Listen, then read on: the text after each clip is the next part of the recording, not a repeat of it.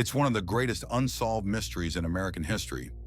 A case that confused the FBI for decades, sparked endless theories, and still, over 50 years later, has no definitive answer.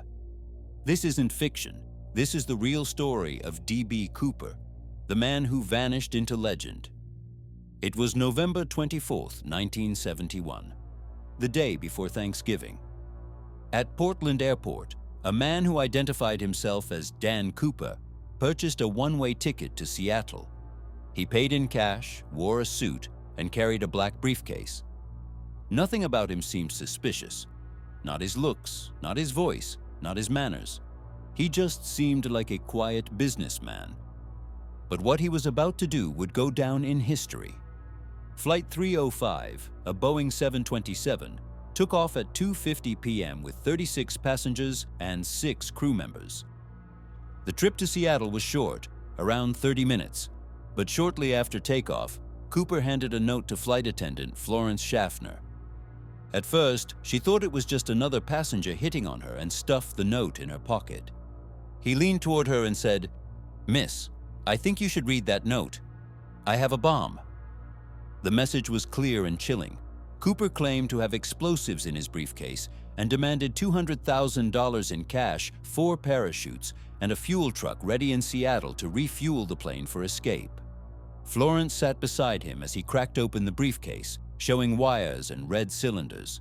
It looked like dynamite, but he was calm, polite, even courteous. He didn't seem crazy. He wasn't nervous. He was composed. The crew relayed his demands to the cockpit.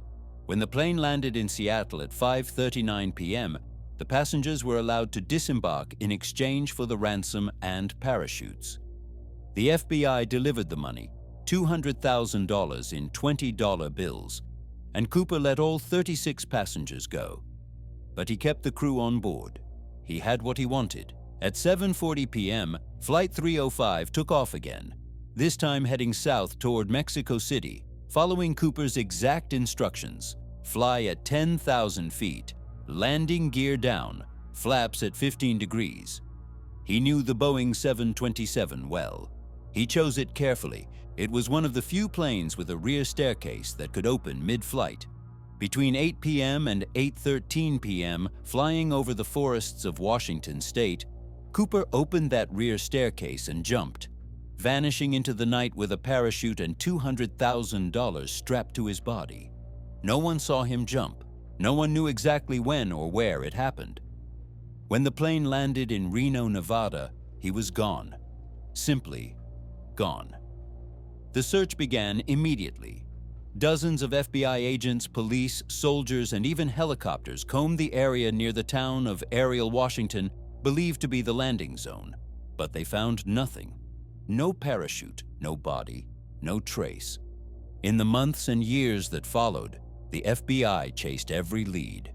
A tie left on a seat, a cigarette butt, composite sketches from witness accounts. But nothing solid. They analyzed handwriting, interrogated hundreds of people, chased false leads. Every trail went cold. In 1980, a young boy named Brian Ingram found a decayed package in the sand near the Columbia River.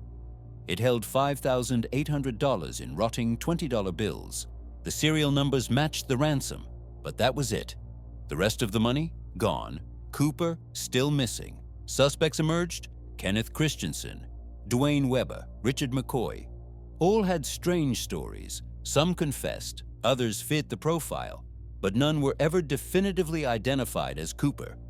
In 2016, after 45 years, the FBI officially closed the case. But the legend lived on. Who was D.B. Cooper? A Vietnam veteran, an airline employee, a criminal mastermind? Did he die during the jump? Or did he live a quiet life watching the world turn him into a myth? Theories are endless. Some believe he didn't even intend to survive. Others say he escaped, changed identity, and disappeared forever. Some even claim the FBI knew the truth and hid it. Even today, the name D.B. Cooper echoes like a ghost in American culture. He appears in movies, TV shows, books. Not exactly a villain, not really a hero, something in between. A man who defied the system and vanished, without hurting anyone. leaving only questions behind. What makes the D.B. Cooper case unforgettable isn't just the crime, it's the silence that followed. No follow-up ransom demand, no confirmed sighting, no body, no answers. He boarded a plane, hijacked it politely, took the money, then jumped into darkness and into legend. Let's go back a second. What kind of man could pull this off? Witnesses described him as calm, well-spoken, confident. He ordered a bourbon and soda, smoked Raleigh cigarettes, wore a black tie and loafers. Nothing about him screamed criminal. One flight attendant later said, "He was never aggressive or nervous. He even paid for his drink and tipped me." And here's a detail often misunderstood. The name D.B. Cooper wasn't even his alias. His ticket said Dan Cooper. The DB was a journalist's mistake, and it stuck. So who was Dan Cooper? The FBI believed he had aviation knowledge. His instructions to the pilots were precise. He knew the rear staircase could be opened mid-flight. He picked the altitude and speed carefully, even the aircraft, hard to track. This wasn't luck, it was planning. Some thought he was military. The Vietnam War had just ended. Maybe he had parachuting experience. Maybe he knew the risks. Or maybe he didn't care. Then there was the money. He asked for unmarked bills, but not all were new, harder to trace. The cash found by the Columbia River was just a fraction. The rest? Lost, hidden, spent slowly over time? One theory says he didn't survive the jump. The weather was brutal, the area wild and cold, no lights, no GPS, just a man in a suit falling into a dark forest. But here's the issue. No body was ever found, no parachute, no clothing, no gear. If he died, did the forest swallow him whole? Others believe he survived and watched everything unfold from afar. One man, Dwayne Weber, confessed on his deathbed, "I'm Dan Cooper."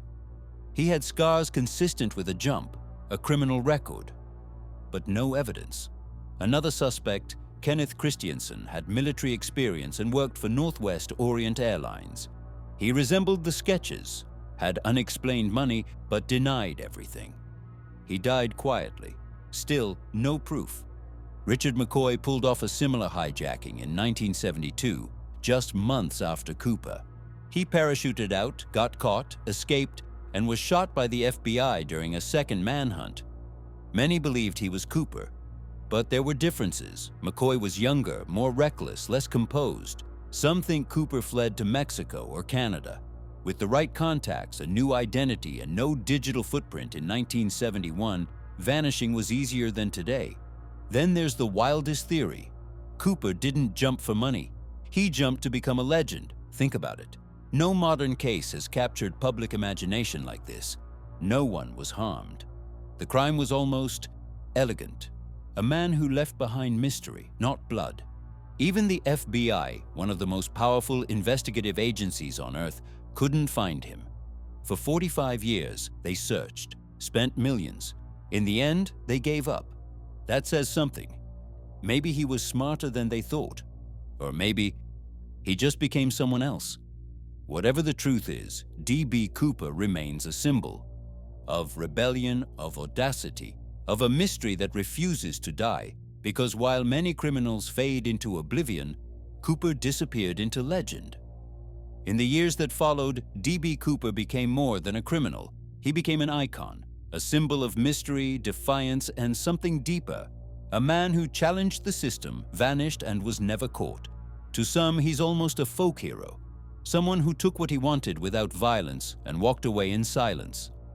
Pop culture embraced him. He's appeared in comics, video games, TV shows, and documentaries. Writers and directors have speculated for years about his fate. Was he hiding somewhere, living under a new name? Or did he die that night, swallowed by the forest? The FBI's decision to close the case in 2016 was controversial. After 45 years, they announced they had no more leads or resources, but closing the case only fueled the mystery.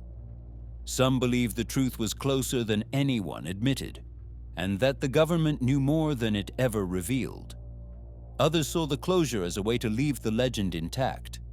Maybe deep down, we don't really want the answer. Maybe D.B. Cooper is more powerful as a myth than a man, because myths don't age.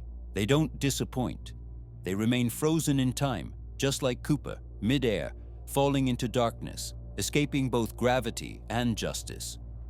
And one thing is certain, the D.B. Cooper case is the only unsolved act of air piracy in U.S. aviation history. A crime without violence, a theft without greed, a disappearance without closure. He was never found.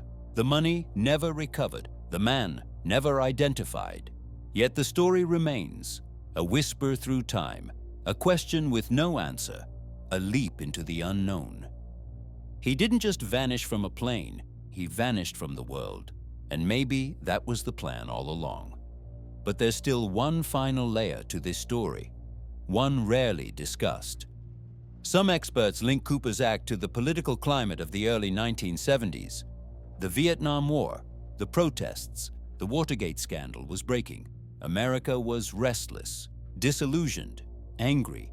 In that context, a man like D.B. Cooper didn't just hijack a plane. He hijacked the public imagination. He became a symbol of rebellion without destruction.